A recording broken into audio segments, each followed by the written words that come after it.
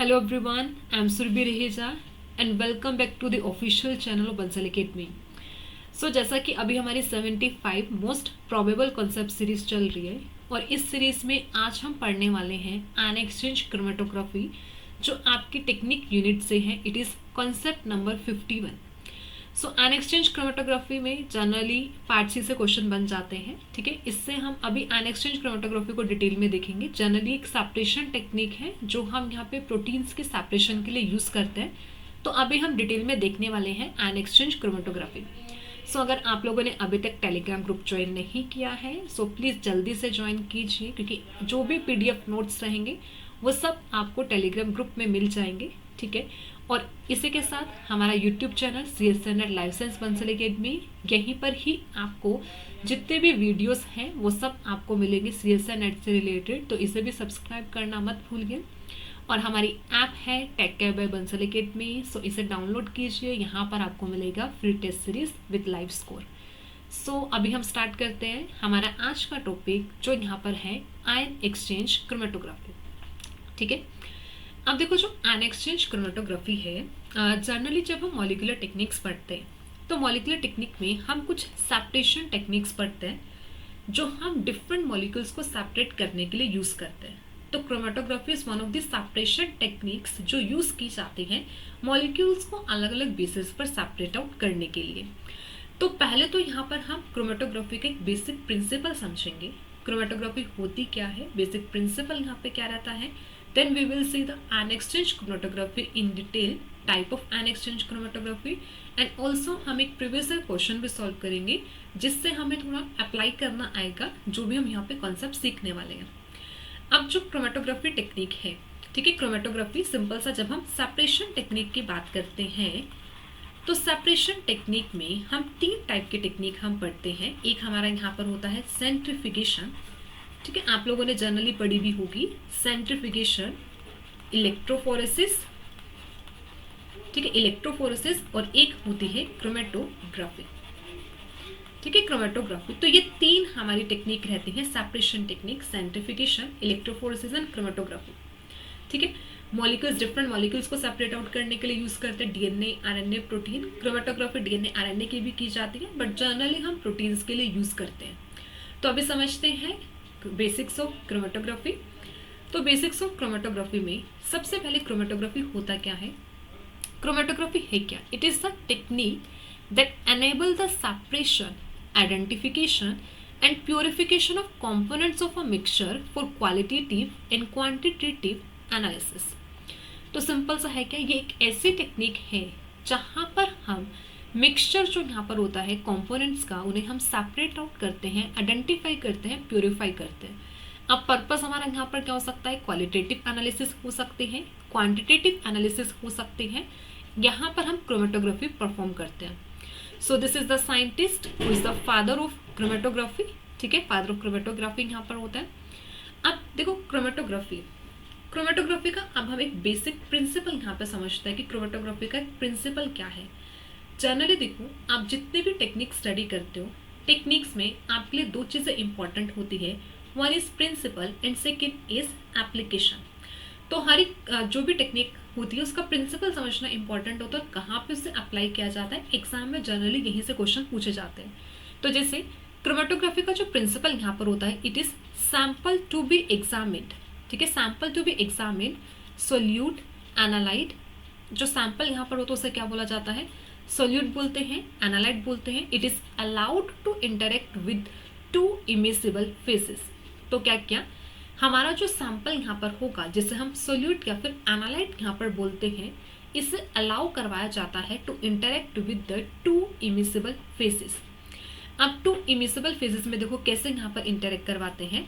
ठीक है, 2 immiscible faces में, अब 2 इमिसिबल फेसेस यहाँ पर क्या हो सकते हैं, 2 इमिसिबल फेसेस यहाँ पर होते हैं. वन इज स्टेशनरी,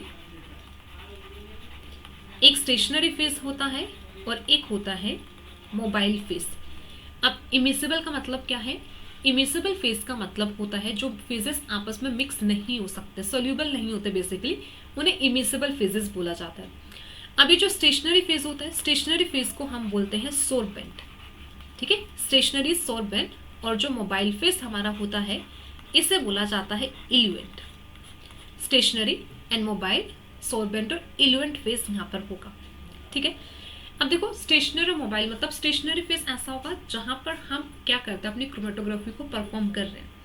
अब जैसे स्टेशनरी फेज क्या हो सकता है, कोई बीड्स यहाँ पर हो सकते हैं, सॉलिड बीड्स यहाँ पर हो सकता है, पेपर यहाँ पर हो सकता है, ठीक है, कुछ भी यहाँ पे मतलब कोई भी मॉलिक्यूल यहाँ पर मतलब एज अ स्टेशनरी फेज की तरह एक्ट कर सकता है। मोबाइल फेज में यहाँ पर क्या हो सकता है, कोई लिक्विड यहाँ पर हो सकता है, गैस यहाँ पर हो सकती है, लिक्विड में कुछ बफर यहाँ पर हो सकते हैं। इल्यूएंट जनरली हमारे मतलब इनको मोबाइल फेज यहाँ पे बोला जाता है। अब ये जो स्टेशनरी फेज होगा, स्टेशनरी फेज यहाँ पर कैसा हो सकता है, अगर हम इसका नेचर देखें, it can be solid stationary phase and it can be liquid, ठीक है, सॉलिड हो सकता है, लिक्विड हो सकता है। एंड मोबाइल फेज जो यहाँ पर होगा इट कैन बी गैस और लिक्विड, ठीक है। अब देखो हम 3 स्टेट करते हैं ना, सॉलिड लिक्विड गैस। अब स्टेशनरी फेज में गैस कभी नहीं आ सकता, ठीक है, gas can not be a stationary phase and same ऐसा जो सॉलिड है, solid can not be a mobile phase.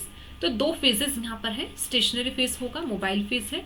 Stationary phase में यहाँ पर क्या होता है, सॉलिड एंड लिक्विड होगा, मोबाइल फेज में गैस एंड लिक्विड।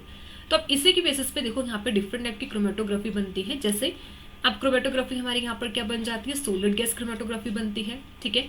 और हमारे यहाँ पर जैसे बन जाती है लिक्विड गैस क्रोमेटोग्राफी, मतलब डिपेंड करता है हम कौन सा स्टेशनरी और मोबाइल फेज यूज करते हैं। और जैसे हमारा यहाँ पर बन जाता है ये हो जाएगा और लिक्विड लिक्विड क्रोमेटोग्राफी, ठीक है। और जैसे ये यहाँ पर हो जाएगा सॉलिड सॉलिड लिक्विड क्रोमेटोग्राफी। तो ऐसे डिफरेंट टाइप के कॉम्बिनेशन से हमारे यहाँ पर क्या बनती है, क्रोमेटोग्राफी बनती है। तो बेसिकली हम कौन सा फेज यहाँ पे यूज करते हैं उस बेसिस पे हम डिफरेंट टाइप की क्रोमेटोग्राफी करते हैं। जैसे क्रोमेटोग्राफी को क्लासिफाई करने के बहुत सारे और यहाँ पे मेथड और सारे तरीके होते हैं और सारे बेसिस यहाँ पर आता है। जैसे कहाँ पर हम क्रोमेटोग्राफी को परफॉर्म करते हैं उस बेसिस पर भी होता है। जैसे पेपर क्रोमेटोग्राफी है, कॉलम क्रोमेटोग्राफी है। तो जो हम आयन एक्सचेंज क्रोमेटोग्राफी करते हैं, आयन एक्सचेंज एक टाइप की हमारी कॉलम क्रोमेटोग्राफी है, जहाँ पे कॉलम में यहाँ पर क्या करते हैं, क्रोमेटोग्राफी को परफॉर्म किया जाता है, ठीक है। तो आयन एक्सचेंज हमारा यहाँ पर क्या है, एक टाइप के ये होगा यहाँ पर हमारा कॉलम क्रोमेटोग्राफी। अब जैसे हमने यहाँ पे प्रिंसिपल की बात की ना, तो प्रिंसिपल में हमने यहाँ पे क्या बोला कि यहाँ पे जो हमारा सैंपल होगा, इस सैंपल को हम इंटरेक्ट करवाते हैं with 2 immiscible phases, one is stationary and other is mobile phase. अब यहीं पर ही ना जब हम सोलिबिलिटी मेजर करते हैं, ठीक है, या फिर जब हम इंटरेक्शन मेजर करते हैं, या फिर हम सोलिबिलिटी डिफरेंसेस मेजर करते हैं, सोलिबिलिटी डिफरेंसेस ऑफ सैंपल और एनालाइट इनटू डिफरेंट फेजेस, इस सोलिबिलिटी डिफरेंसेस को मेजर किया जाता है बाय पार्टीशन कोफिशिएंट। तो बेसिकली यहाँ पर मेजर किया जाता है पार्टीशन कोफिशिएंट। और ये जो पार्टीशन कोफिशिएंट होता है ये क्या करता है, ये सोलिबिलिटी डिफरेंसेस को मेजर करता है, सोलिबिलिटी डिफरेंसेस ऑफ सोल्यूट और एनालाइट, किसमें, जो भी 2 डिफरेंट फेजेस यहाँ पर होते हैं, हमारा स्टेशनरी और मोबाइल फेज होता है, ठीक है। तो पार्टीशन कोफिशिएंट यहाँ पे सोलिबिलिटी डिफरेंसेस से मतलब ये एक्चुअल में प्रिंसिपल है, जहां पर हम ये देखते हैं कि हमारा जो सोल्यूट है या फिर जो हमारा एनालाइट है वो कौन से फेज में सोल्यूबल यहाँ पर होगा। तो ये जस्ट मैंने एक बेसिक सा ओवरव्यू यहाँ पर दिया है क्रोमेटोग्राफी के बारे में। जनरली जब हम क्रोमेटोग्राफी को डिटेल में करते हैं हम और डिफरेंट टाइप की क्रोमेटोग्राफी भी यहाँ पर करते हैं, बट अभी हमारा जो मेन फोकस होगा वो होगा यहाँ पे आयन एक्सचेंज क्रोमेटोग्राफी। तो स्टार्ट करते हैं आयन एक्सचेंज क्रोमेटोग्राफी। अब देखो जो आयन एक्सचेंज क्रोमेटोग्राफी है, यहाँ पर जो सेपरेशन होती है it is based on the solute molecules with different properties of charges and different amount of charges and reversible exchange between the stationary phase and the mobile phase। देखो simple सा किया क्या, अब आयन एक्सचेंज क्रोमेटोग्राफी है क्या, separation method. अब यहाँ पे सेपरेशन किस बेसिस पे करते हैं, यहाँ पे हम चार्ज के बेसिस पर सेपरेशन करते हैं। नाम से पता लग रहा है आयन एक्सचेंज, मतलब यहाँ पे कुछ आयंस को एक्सचेंज किया जाएगा। हमारा जो सैंपल या फिर हमारा जो प्रोटीन यहाँ पर होगा, हमारा जो मॉलिक्यूल यहाँ पर होगा, उस पर कुछ चार्ज होंगे। अब उसके चार्ज को एक्सचेंज करेंगे तो यहाँ पर हम सिंपल सा जो हमारा चार्ज के बेसिस पर मॉलिक्यूल्स के सेपरेशन करेंगे। तो जैसे देखो अब जब हम प्रोटीन की बात करते हैं, अब प्रोटीन हमारा यहाँ पर कैसा हो सकता है, नेगेटिवली चार्ज हो सकता है, पॉजिटिवली चार्ज हो सकता है, न्यूट्रल हो सकता है, क्योंकि प्रोटीन किससे कंसिस्ट होता है, अमाइनो एसिड से। प्रोटीन के ऊपर हम चार्ज भी कैलकुलेट कर सकते हैं। फर्स्ट कॉन्सेप्ट में मैंने बताया है कि कैसे चार्ज कैलकुलेट करते हैं। तो नेगेटिव है, पॉजिटिव है, न्यूट्रल है, यहाँ पे डिफरेंट टाइप के प्रोटीन्स यहाँ पर हो सकते हैं। अब इसी के बेसिस पर यहाँ पर हम क्या करते हैं, सेपरेशन यहाँ पे करते हैं प्रोटीन्स की। ठीक है, अब देखो यहाँ पर आप प्रोटीन की सेपरेशन होगी, नेगेटिव पॉजिटिव न्यूट्रल चार्ज के बेसिस पर सेपरेशन होगी। अब यहाँ पर हम क्या करते हैं, ये एक टाइप का क्या है, कॉलम क्रोमेटोग्राफी यहाँ पर है। ठीक है, कॉलम क्रोमेटोग्राफी का मतलब कॉलम में यहाँ पर क्या करते हैं, सेपरेशन यहाँ पे की जाएगी। ठीक है, अब देखो यहाँ पर अब करते कैसे हैं, अब ये सेपरेशन यहाँ पे कैसा होगा, अब यहाँ पर यूज की जाती है बीड्स, और ये बीड्स भी यहाँ पे कैसे होती है, these are the charged beads. ठीक है, बीड्स कैसे होती है, चार्ज बीड्स, मतलब इनके ऊपर यहाँ पे कैसा होता है, पॉजिटिव एंड नेगेटिव चार्ज होता है, चार्ज्ड बीड्स होती है। तो सिंपल सा किया गया, अगर बहुत सिंपल सा यहाँ पे बताया जाए, ठीक है, वैसे तो आगे हम डिटेल में करने ही वाले हैं, अगर इसी को बेसिक सा यहाँ पे देखिए तो हमारा जो यहाँ पे कॉलम होगा, इस कॉलम में यहाँ पर क्या है, यहाँ पे बीड्स है, बीड्स को इमोबलाइज कर दे या फिर इस कॉलम को पैक कर दिया विद द बीड्स। अब ये जो बीड्स हमने यहाँ पे यूज किए, बीड्स हमने चार्ज यूज की, जैसे पॉजिटिव चार्ज, लेट्स सपोज के यहाँ पर हमने पॉजिटिव चार्ज बीड को यहाँ पर ऐड कर दिया, तो अब स्टेशनरी फेस हमारा यहाँ पर क्या बन गया, स्टेशनरी फेस हमारा ये बनी बीड्स। ठीक है, तो बीड्स यहाँ पे एक्ट करेगी as a stationary phase, solid stationary phase है, चार्ज यहाँ पर होगा। अब हमने यहाँ पे अपना सैंपल ऐड किया, सैंपल इज हमारा protein which is a mixture of positively negatively and neutral proteins. ठीक है, मिक्सचर यहाँ पर होगा पॉजिटिवली नेगेटिवली चार्ज मॉलिक्यूल्स का। अब सिंपल सा कॉन्सेप्ट है, अब जब हम यहाँ पे डिफरेंट मॉलिक्यूल्स को यहाँ पर ऐड करेंगे तो हमारा जो प्रोटीन यहाँ पर होगा, अब हमने कॉलम में पॉजिटिव चार्ज ऐड किया तो अब हमारा यहाँ पर क्या करेगा, नेगेटिव चार्ज कॉलम में रिटेन रह जाएगा, और यहाँ से जो इल्यूशन होगी वो इल्यूशन यहाँ पे किसकी हो जाएगी, पॉजिटिव चार्ज जो प्रोटीन्स होंगे वो सबसे पहले यहाँ से क्या करेंगे, इल्यूट आउट हो जाएंगे, और हमारा जो नेगेटिवली चार्ज जो प्रोटीन्स है वो क्या करेगा, हमारा कॉलम में ही रिटेन रहेगा। तो यही तो बेसिक सा आयन एक्सचेंज क्रोमेटोग्राफी है ना। अब आयन एक्सचेंज क्रोमेटोग्राफी में सिंपल सा क्या कर रहा है, अब हमारा जो मॉलिक्यूल है, जैसे प्रोटीन है, प्रोटीन जो नेगेटिव चार्ज हो वो हमारा कॉलम में रिटेन रहा, पॉजिटिवली चार्ज जो प्रोटीन है वो कहाँ पर आ गया, अब बाहर आ गया, क्योंकि पॉजिटिव पॉजिटिव रिपेल करेगा, तो पॉजिटिव प्रोटीन से यहाँ से क्या हो जाएगी, सेपरेशन। ठीक है, अब देखो यहाँ पर हम क्या करते हैं, बीड्स यूज करते हैं। अब ये जो बीड्स यहाँ पर होता है इन्हें जनरली बोला जाता है आयन एक्सचेंजर। ठीक है, जो बीड्स होती है इन्हें बोला जाता है आयन एक्सचेंजर रेजाइन। अब एक चीज यहाँ से समझना, क्योंकि ये बहुत इंपॉर्टेंट कॉन्सेप्ट है, जनरली स्टूडेंट्स यहीं पर ही कंफ्यूज करते हैं और यहीं से क्वेश्चन भी बन के आता है। अब जो आयन एक्सचेंजर रेजाइन होते हैं, there of two type, one is cation exchanger. ठीक है, कटायन एक्सचेंजर रेजाइन होगा। ठीक है, और एक हमारा यहाँ पर होता है अनायन एक्सचेंजर रेजाइन। ठीक है, आयन एक्सचेंजर है, कटायन एक्सचेंजर रेजाइन। अब इस चीज को समझना। ठीक है, अब देखो कटायन एक्सचेंजर रेजाइन, अब cation exchanger resin is a type of resin which is, या फिर टाइप ऑफ विड जो हम यहाँ पर यूज करते हैं इन दी कटायन एक्सचेंज क्रोमेटोग्राफी में। देखो अच्छा, इससे भी पहले से एक सिंपल सी चीज समझो। अब देखो यहाँ पर हमें प्रोटीन्स को सेपरेट आउट करना है, हमारा positively charge protein, negatively charge protein, इनको सेपरेट करना है। अब अगर आपको पॉजिटिवली चार्ज प्रोटीन आप चाहते हो कि वो कॉलम में रिटेन रहे, तो उसके लिए एक टाइप ऑफ क्रोमेटोग्राफी बना दे, जिसे यहाँ पर क्या बोलते हैं, कटायन एक्सचेंज क्रोमेटोग्राफी। ठीक है, अब ऐसे ही अगर आप चाहते हो कि आपका नेगेटिवली चार्ज प्रोटीन कॉलम में रिटेन रहे, तो आपने क्या बना दिया, अनायन एक्सचेंज क्रोमेटोग्राफी। तो यहाँ कुछ नहीं है, हमने तो अलग अलग टाइप की क्रोमेटोग्राफी बना दी, डिपेंडिंग कि हम कौन से टाइप ऑफ प्रोटीन को कॉलम में रिटेन करना चाहते हैं। अगर पॉजिटिवली चार्ज को रिटेन करेंगे तो cation exchange chromatography, negatively charge को करेंगे तो अनायन एक्सचेंज क्रोमेटोग्राफी। अब देखो सिंपल सा, अगर आप एक पॉजिटिवली चार्ज प्रोटीन को रिटेन रखना चाहते हो कॉलम में, तो आपको वहाँ पे उसी के अपोजिट चार्ज की बीड ऐड करनी पड़ेगी। कटायन एक्सचेंज क्रोमेटोग्राफी मतलब कटायन एक्सचेंज में आप क्या चाहते हो, पॉजिटिवली चार्ज प्रोटीन कॉलम में रिटेन रहे, तो आप क्या करोगे, वहाँ पे नेगेटिव चार्ज डिजाइन को ऐड करोगे ना। ठीक है, तभी तो पॉजिटिव चार्ज क्या करेगा, कॉलम में रिटेन रह पाएगा। तो सिंपल सा है, कॉलम में अगर चाहते हो कि यहाँ पर क्या पॉजिटिवली चार्ज प्रोटीन रिटेन रहे, तो क्या ऐड करना पड़ेगा, नेगेटिवली चार्ज डिजाइन को या फिर नेगेटिवली चार्ज बीड को वहाँ पे ऐड करना पड़ेगा। तो अब जैसे यहाँ पे ये ध्यान देना, कटायन एक्सचेंजर डिजाइन, इनमें यहाँ पर जो हम यूज करते हैं, कटायन एक्सचेंजर डिजाइन में यहाँ पर यूज की जाती है, कटायन एक्सचेंजर में नेगेटिवली चार्ज बीड्स। ठीक है, नेगेटिवली चार्ज बीड्स। तो नेगेटिव, इसका मतलब यहाँ पे क्या, इसका मतलब ये है कि हम क्या चाहते हैं कि हमारे कॉलम में जो यहाँ पे प्रोटीन रिटेन रहे, वो प्रोटीन यहाँ पे कौन सा हो, कटायन या फिर पॉजिटिवली चार्ज हो, तो हमें वहाँ पे क्या ऐड करना पड़ेगा, नेगेटिवली चार्ज बीड्स को वहाँ पे ऐड करना पड़ेगा। अब सेम अनायन एक्सचेंजर में क्या होगा, यहाँ पर चाहते हो कि अनायनिक मतलब नेगेटिवली चार्ज प्रोटीन कॉलम में रिटेन रहे, तो यहाँ पर क्या ऐड करना पड़ेगा, पॉजिटिवली चार्ज बीड को यहाँ पर ऐड करना होगा। ठीक है, पॉजिटिवली चार्ज बीड। ठीक है, तो सिंपल सा एक चीज समझना, जो कटायन एक्सचेंजर रेजाइन होता है they are negatively charge beads, anion exchanger resin are the positively charge bead, and positively charge या फिर एनायन एक्सचेंजर रेजाइन को यूज किया जाता है इन दी एनायन एक्सचेंज क्रोमेटोग्राफी। ठीक है, और जो हमारा यहाँ पर होता है कटायन एक्सचेंजर रेजाइन, इसे हम यूज करते हैं इन दी कटायन एक्सचेंज क्रोमेटोग्राफी। ठीक है, एक तो इतनी सी चीज आप लोगों ने समझनी है, यही एक्चुअल में इंपॉर्टेंट है, यही से आपका क्वेश्चन सोल्व होगा। ठीक है, अब देखो जैसे हमने एन एक्सचेंजर यहाँ पे किया, एन एक्सचेंजर में कटायन एक्सचेंजर एनायन एक्सचेंजर है। अब इसमें हम डिफरेंट टाइप के यहाँ पे हम एग्जांपल्स करते हैं, कटायन एक्सचेंजर रेजाइन के एग्जांपल्स, एनायन एक्सचेंजर रेजाइन के एग्जांपल।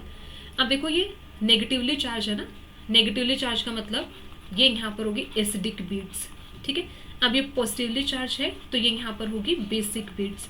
अब एसिडिक और बेसिक में भी यहाँ पर होता है स्ट्रॉन्गली एसिडिक, वीकली बेसिक, ऐसे स्ट्रॉन्गली एसिडिक, वीकली एसिडिक, ऐसे बेसिक में भी स्ट्रॉन्गली एसिडिक है, वीकली बेसिक। तो अब हम कुछ एग्जांपल्स यहाँ पर करते हैं। एग्जांपल्स ऑफ हमारे यहाँ पर आ जाएंगे कॉमन एनायन एक्सचेंजर। ठीक है, जिसमें देखना यहाँ पे फर्स्ट यहाँ पर क्या होगा एनायन एक्सचेंजर। ठीक है, एनायन एक्सचेंजर के टाइप यहाँ पर हम लेते हैं एग्जांपल्स। ठीक है, टाइप क्या है कि किसमें आता है कि वीकली है, स्ट्रॉन्गली है, और फंक्शनल ग्रुप कौन सा प्रेजेंट होगा। जैसे एनायन एक्सचेंजर जो यहाँ पर है, इस एनायन एक्सचेंजर में यहाँ पर हमारे पास क्या है, फर्स्ट एग्जाम्पल जो यहाँ पर आता है, first example is DEAE cellulose. ठीक है, अब देखना एनायन एक्सचेंजर मतलब यहाँ पर अब ये बीट कैसे होगी, पॉजिटिवली चार्ज। जैसे देखो टाइप यहाँ पे क्या, weakly basic, functional group diethyl amino ethyl. अब सेफेडोक्स पॉजिटिवली चार्ज। ठीक है, स्ट्रॉन्गली बेसिक है, quaternary amino ethyl group. Q Sepharose यहाँ पे स्ट्रॉन्गली बेसिक है, पॉजिटिवली चार्ज है, क्वाटनरी अमोनियम। तो ये सब एग्जाम्पल यहाँ पर आते हैं पॉजिटिवली चार्ज बीड्स के या फिर एनायन एक्सचेंजर रेजाइन के एग्जाम्पल्स। अब ऐसे जो कटायन एक्सचेंजर होगा, इसमें यहाँ पर CM cellulose negatively charge, SP Sepharose negatively charge, source S negatively charge, CM cellulose is weakly acidic, rest all are strongly acidic. Functional group carboxymethylene CM cellulose, sulphur propyls SP Sepharose, source S में methyl sulphate group यहाँ पर आ जाएगा। तो आपको ये examples याद रखने हैं, examples of anion exchanger and cation exchanger. Anion exchanger positively charge beads होंगी, cation exchanger negatively charge beads. Anion exchanger used in the anion exchange chromatography, cation exchanger used in the cation exchange chromatography. ठीक है, अब हम यहाँ पर देखते हैं, यहाँ पे फर्स्ट हमारा यहाँ पर आ जाएगा एनायन एक्सचेंज क्रोमेटोग्राफी। ठीक है, अब फर्स्ट देखो एनायन एक्सचेंज क्रोमेटोग्राफी में क्या होगा, यहाँ पर जो बीट या फिर जो हमारा मैट्रिक्स यहाँ पर होता है, this bead particles are positively charge beads. ठीक है, ये कैसे होता है, DEAE जैसे सेलुलोज कॉलम यहाँ पे यूज करते हैं। जैसे अभी बताया था एनायन एक्सचेंज क्रोमेटोग्राफी में एनायन एक्सचेंजर यूज करते हैं, anion exchanger are positively charge beats.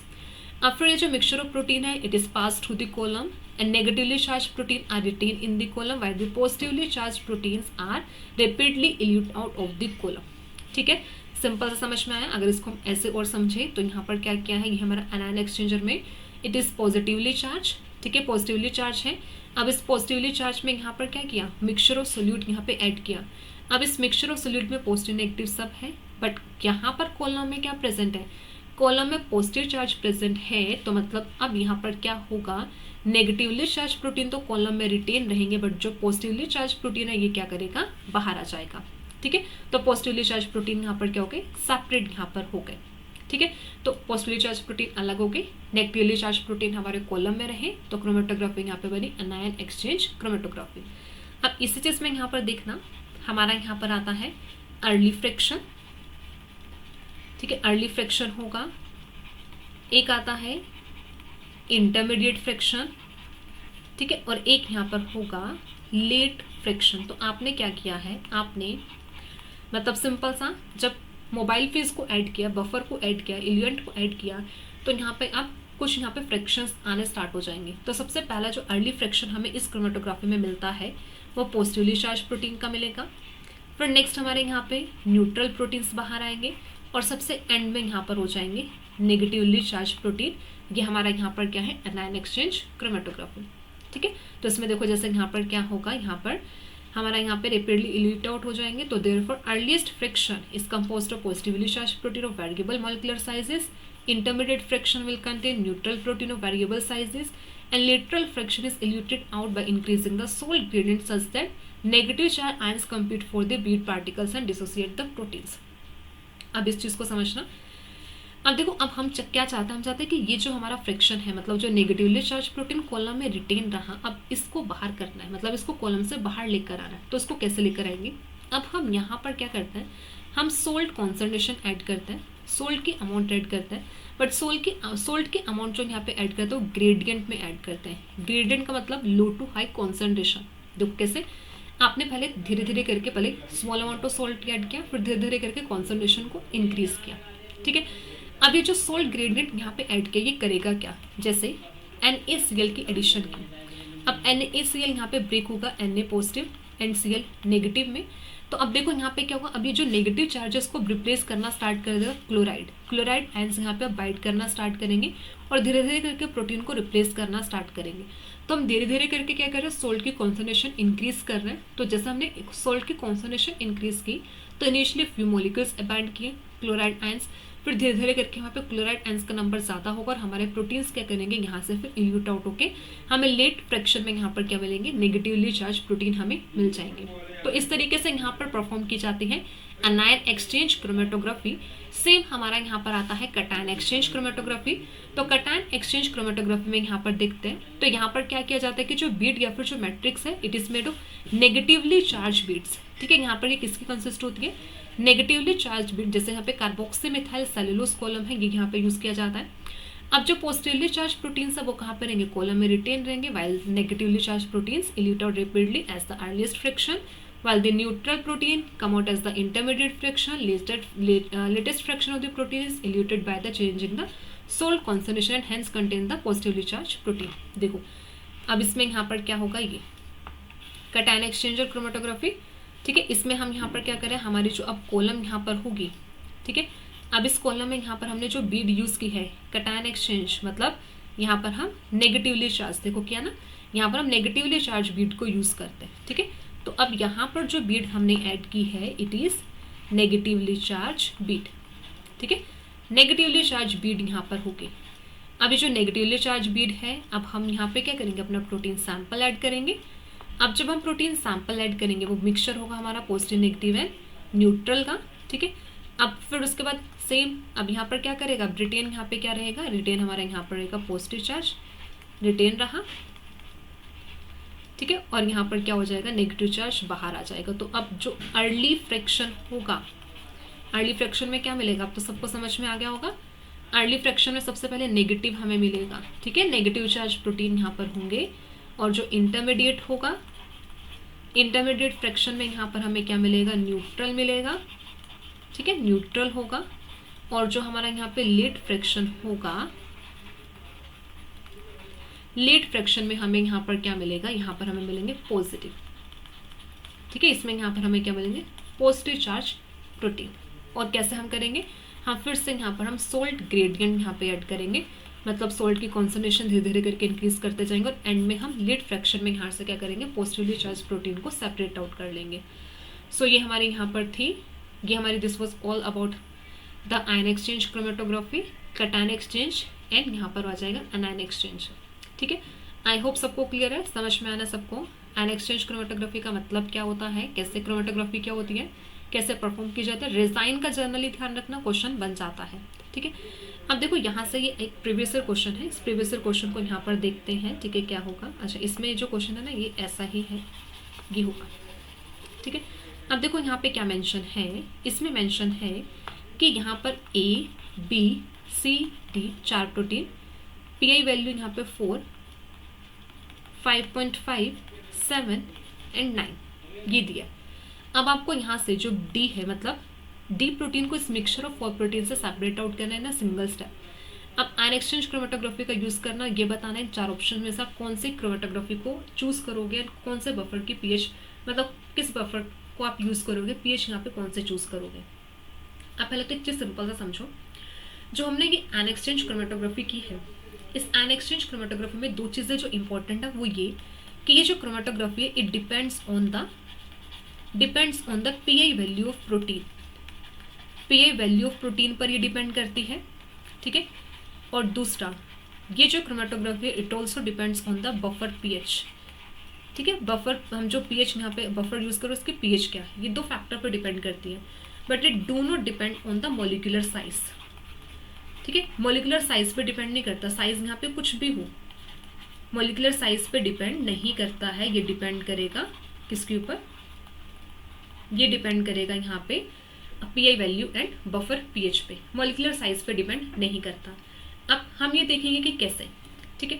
अब इसके लिए आपको एक बेसिक सा कॉन्सेप्ट बताना चाहिए। आपने अगर टाइट्रेशन की है, पीएच कॉन्सेप्ट समझा है आपने पीआई वाला, तो वहाँ पर आपने देखा होगा हम 3 कंडीशन करते हैं जर्नली। वन हमारा pH is greater than pI, one is pH is equal to pI, one is pI is greater than pH, ठीक है। एक कंडीशन में तो पीएच बड़ा है, एक कंडीशन में पीआई बड़ा है, और एक कंडीशन में दोनों इक्वल यहाँ पर है, ठीक है। देखने इस चीज़ को कैसे, चार्ज का ध्यान रखना। एक चीज़ ध्यान रखना, जब भी लो पीएच होती है तब मॉलिक्यूल्स प्रोटोनेटेड फॉर्म में होता है। प्रोटोनेटेड फॉर्म में होता है तो मतलब वो जो मॉलिक्यूल्स है वो अपने पॉजिटिवली चार्ज स्टेट में प्रेजेंट होते हैं। तो जब भी हमारा यहाँ पर होता है पीआई कम होता है, पीआई कम होगा, जब पीआई बड़ा होगा तब चार्ज पॉजिटिव होगा, जब इक्वल हो जाएगा 0, और जब पीआई छोटा हो जाएगा और पीएच बड़ा हो जाएगा तब चार्ज नेगेटिव। प्रोटीन पे जनरली ऐसा होता है कि जब भी पीआई ग्रेटर होता है देन दी पीएच, मतलब पीएच जब भी बड़ा होगा तो प्रोटीन के ऊपर चार्ज पॉजिटिव आता है, दोनों इक्वल होंगे तो 0 होगा, और जब भी ऐसा होगा कि पीएच छोटा हो जाएगा तो चार्ज नेगेटिव होता है। हम टाइट्रेशन में जनरली पढ़ते हैं कि जब यहाँ पर क्या होता है लो से, मतलब हम क्या करते हैं लो पीएच से हाई पीएच की तरफ जाते हैं ना, तो हमारे जो मॉलिक्यूल्स है वो क्या करते हैं वहाँ पे प्रोटोनेटेड से डीप प्रोटोनेटेड फॉर्म की तरफ वहाँ पे जाते हैं। तो इनिशियली चार्ज पॉजिटिव, फिर 0, फिर वहाँ पे नेगेटिव चार्ज हो जाता है, ठीक है। अब ये 4 प्रोटीन्स हमें कुछ नहीं मेंशन, हमें जस्ट ये दे दी, उनकी पीआई वैल्यू दे दी, प्लस में यहाँ पर हमें क्या दे दिया, पीएच। अब हमें इन 4 ऑप्शंस में से एक्चुअल में देखना है कि यहाँ पर हमारा जो प्रोटीन है हमें कौन से टाइप की क्रोमेटोग्राफी सुटेबल होगी और किस बफर की पीएच, ठीक है।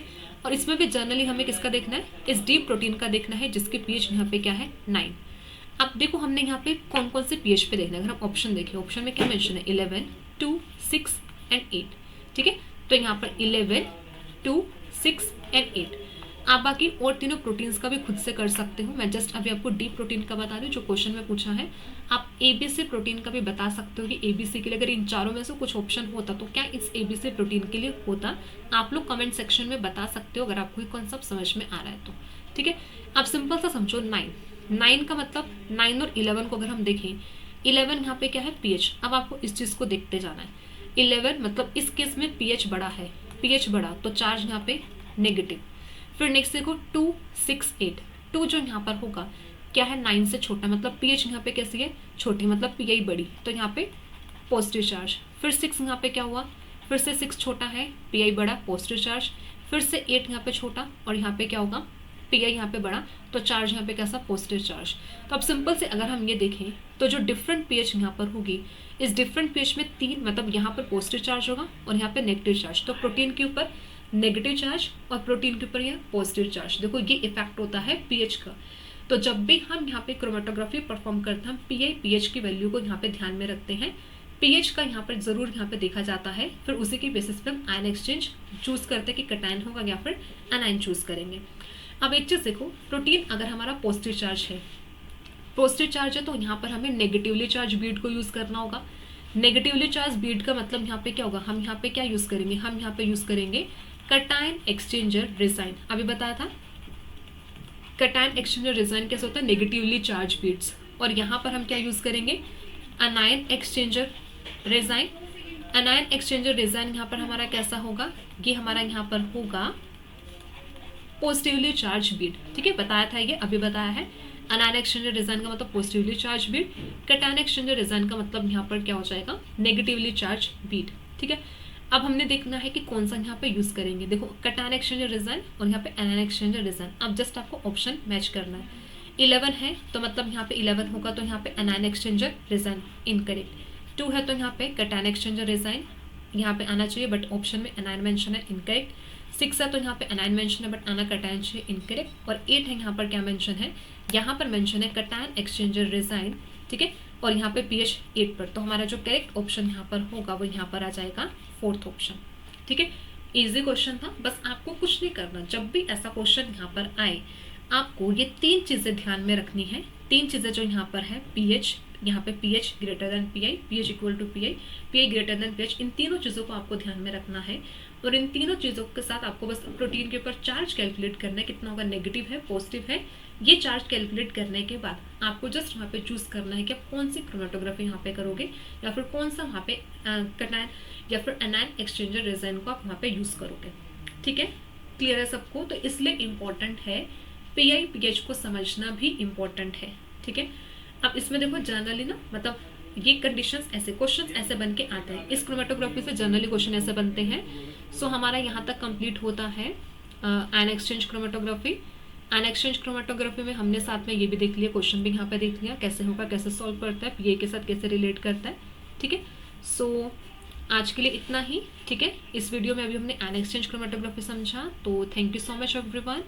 एंड हमारे बैचेस स्टार्ट हैं फ्रॉम 2 जुलाई। समाधान 1.0 बैच स्टार्ट हो रहा है, online and offline batches start है, तो आप इंक्वायरी के लिए कॉन्टेक्ट कर सकते हो दिए गए नंबर्स पर। ठीक है, और हमारे साथ आप जुड़ सकते हो।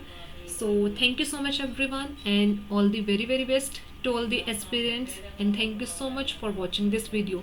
और अगर आप लोगों को ये कॉन्सेप्ट सीरीज समझ में आ रही है या फिर आपको पसंद आ रही है कॉन्सेप्ट सीरीज, तो आप अपने फ्रेंड्स के साथ शेयर कर सकते हो, अपने मतलब चैनल्स को सब्सक्राइब कर सकते हो, और आप टेलीग्राम ग्रुप पे हमारे साथ ज्वाइन कर सकते हो। So thank you so much everyone.